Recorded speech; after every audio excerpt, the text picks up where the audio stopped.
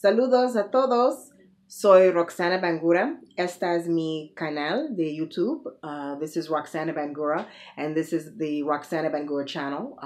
Aquí está on YouTube, here on YouTube, as well as the Bangura Chronicles on Patreon and Facebook. This channel is dedicated to myself and my daughter Amaris. We share with you our life here in Veracruz, Mexico, and beyond. Thank you for tuning in. Please remember to like, share, and subscribe to mi canal. I want to talk about a few things today. It's a bit gloomy outside, so it's not very sunny today, unfortunately. A couple of weeks ago, I had my music up and, listening, jamming to my music. It was either reggae or reggaeton. And someone was knocking on the door really hard, very forcefully. Like they were paying my rent, okay? Like I knew them, like they lived here. And I did not answer the door because I wasn't expecting anyone. And normally people would send me a message letting me know that they were coming by, to include my arrendador, which is like a landlord or the manager of the building. He's not necessarily the dueño because he doesn't own the building, but he's the building administrator, the manager, Senor Jose Luis. So, and he doesn't even knock like that. Neither does the water guy, Andres. He delivers our water, very large garrafons. They're like 5 gallons bottles of water. And he doesn't even knock on the door like that. And I was expecting him because he comes on Thursdays. And this was a Thursday. And I didn't open the door. So I looked out the window and I saw the individual descending the steps. I live on the last floor, the top floor. And I saw the back of him. Okay, about a week or two later, this banging on the door, my music was up, banging on the door very forcefully, very hard. Again, like this person lived here, like I owed him money or like the person was paying my rent. So this time I wanted to see what was going on. I went to the window again and I started to talk to the person through the window. The person said that he was my vecino, my neighbor, and that he lived, muy cerca, very close to me, around the corner. So I'm like, okay, what's going on? And then he says, oh, my friend also lives in the building on the first floor. I'm like, well, who is your friend? Again, I'm talking to him through the window. And then he mentions, I think the word was mutla or mutla, which means like a ticket from the police, like a traffic ticket. Mutla, I'm forgetting the word. And tráfico, tránsito, which are the traffic police. So I'm like, what's going on? And then he says, Maestra Lupita. Now, again, he says, Maestra Lupita. And let me explain something. Let me backtrack a bit. Living here, ever so often, people come up to me and tell me, we know that you're an English teacher. We know you speak English. How much are your lessons? That people come up to myself and my daughter often enough where I know that they know I speak English. I teach English. So it's a pueblo. It's a chico pueblo. It's a small town. And people talk, people are very, chismoso, speak a lot of gossip, small town, small gossip. So I'm just thinking, he says Maestra Lupita, and I don't necessarily, I know Lupitas, I don't know a Maestra Lupita, but I'm thinking maybe he is here asking about English lessons because this is legitimate. People kind of know what I do here and what have you. So at this point, I open my door, but in front of my door is a metal door, and that is a security door where I can see you, you can see me, we can touch, but my door is locked. So I open the regular door, but the metal security door is open. Okay, I mean, the metal security door is locked. So I'm talking to him through the metal security door. So I'm trying to figure out what is he talking about? What's going on?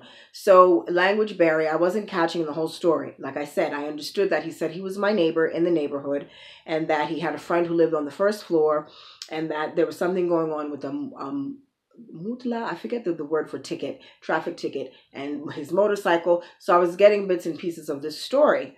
So I handed my phone and I said, translate. And he goes, oh, what do you need it for? I says, traductor. I said, translate, because I want to know what's going on. So he was asking me for 60 pesos because of his ticket. I do not know this man. This is the second time this man has knocked on my door. The first time, I didn't answer. So the second time, and he's disculpa, poco nervioso, he's kind of nervous. Disculpa, saying, excuse me, disculpa, perdón, like, I'm sorry for molesting you. I'm sorry for bothering you. And, when I realized what he wanted, I must have looked at him like he had three heads. Because I said, you're not knocking on my door asking me for money, and I'm on the top floor. So I was so irritated at that point. He gave me back my phone. I was like, I don't have any money for you. This is ridiculous. So, he wouldn't have gotten that far if I was able to put together his story quicker. So my bad. I understood bits and pieces, but I wasn't getting the full picture, because obviously in a situation where if I was in the States, if I was in New York, DC or whatever, the assumption is that you're a crackhead, you're a person on drugs, and you're asking me for money so that you can buy your drugs or buy your alcohol. And it wouldn't have gotten that far. Because this story, he doesn't live in the building. I don't know if he lives in the neighborhood. No one knows him. So I didn't give him the money. So, he went about his business and closed the door.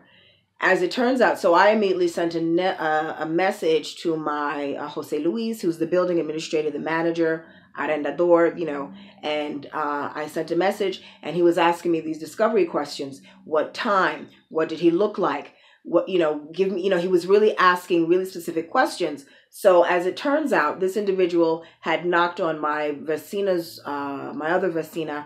She's on the, which is neighbor. She's on the second floor or third floor. I'm on the fourth floor. She's below me. And she gave him money. She believed his story. She gave him money.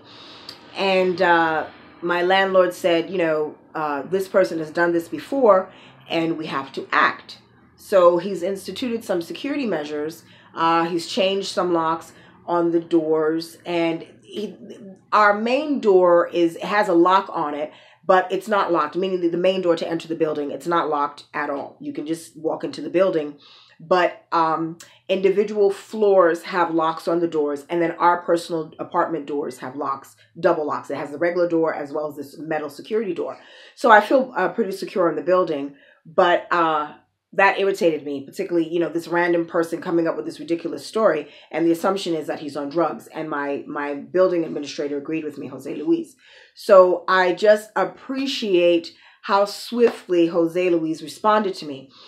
Like I said, he asked a lot of questions, and he told me that this has happened before. This is the third time, and, he was going to nip it in the bud. And he was as good as his word. Either that day or the next day, he was changing the locks on the doors, giving extra keys to everyone, telling us that you have to make sure that not only obviously lock your personal door, as well as my personal security door, which I always lock. I'm vigilant about that. But he said to also lock the door to the floor. So if you were to come onto our floor, you couldn't even touch our doors because we have an outer door. And he says to make sure that is locked. So I informed my neighbor, who happens to be from Maryland. I informed her of what was going on. I always tell her what was going on, because when this individual came the first time, I says, hey, make sure your door is locked. The person looks like this, and he's knocking on our door very hard. She goes, oh, I wasn't expecting anyone. Thank you for telling me. So I make sure I let her know, because sometimes she leaves her security door open. She'll lock her personal door, but her security door is open. I don't do that. My security door is always locked. So that's what happened, and I really appreciate the way my building administrator, Jose Luis, I appreciated the swift response to this individual, and I hope he's not going to come here again. He's not going to come here again.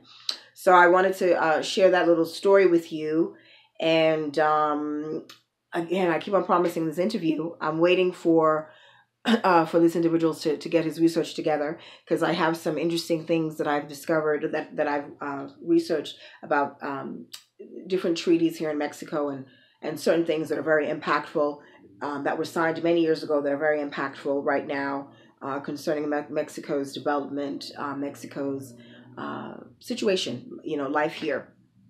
And that's really what I wanted to share with you today. I'm taking Spanish lessons. If you follow me on the Bangura Chronicles on Facebook, I did a video with me and my tutor, and he's taught me so much. I'm learning so much more than what I learned in high school. Obviously, he's a native speaker, so he's really breaking down the sílaba tónica, okay? And who knew that in Spanish, they count the words from right to left, like in Arabic. So that's fascinating to me, but it makes sense if you consider the African, the Moorish influence in Spain, centuries ago. So that would make sense that their sílaba tónica is from right to left, and that's counting, and that lets you know where to place the acento, where to stress in the word. So I was fascinated by that, and that was like one of the lessons he taught me. And every day I make sure that I read something pretty difficult, news articles that have to do with things here in Mexico or other Spanish-speaking countries, or even Europe. I haven't read anything going on in Africa in Spanish, but I do try to read pretty weighty articles to expand my vocabulary. And it's a chore to read in another language, to read in Spanish, because your mouth has to move in ways you're not used to when you're an English language speaker. Amaris is doing well. Coming up, vacation is coming up, Semana Santa. So I'll probably blog about that when I decide. I don't know if we'll go to Veracruz or what we're doing. But these are the days of our lives. Thank you so much for tuning in. And I will talk to you soon. I may do another video after this. Thank you so much for your time. Gracias a todos. Muy gracias, muy amable. Thank you so much for following along. You're appreciated. Please remember to like and subscribe to mi canal. Okay, gracias a todos. Hasta luego. Ciao, ciao.